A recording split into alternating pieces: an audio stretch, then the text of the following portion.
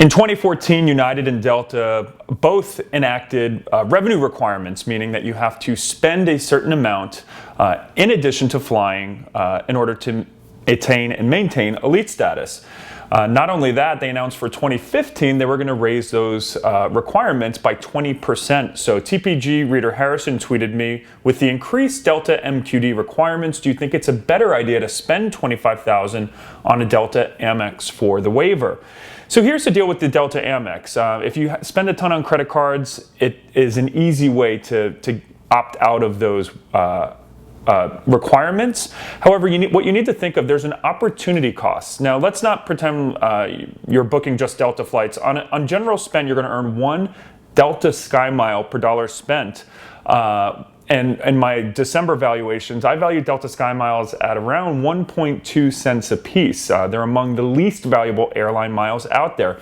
Not only that, Delta in 2015 is going to be adding new tiers to the Sky Miles, which in my opinion, Delta every year really jacks up the amount of miles needed for awards. So I anticipate Delta miles becoming less valuable over time. Granted, they are going to allow one-way awards, which will boost their utility, but in general, Delta Sky Miles are not worth a ton. So every dollar you spend on a Delta co-branded card, you're losing out on earning much more valuable points. For example, I value Starwood Preferred Guest points at about 2.4 cents a piece, double Delta Sky Miles. If you spend 25,000 miles on a Delta co-brand, you're getting roughly $300 in value.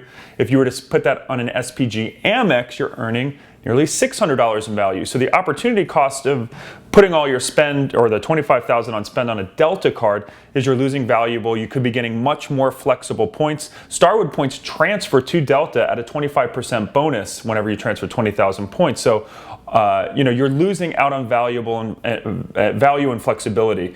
That being said, if you can hit those revenue requirements without having to spend on the card, then don't worry about it.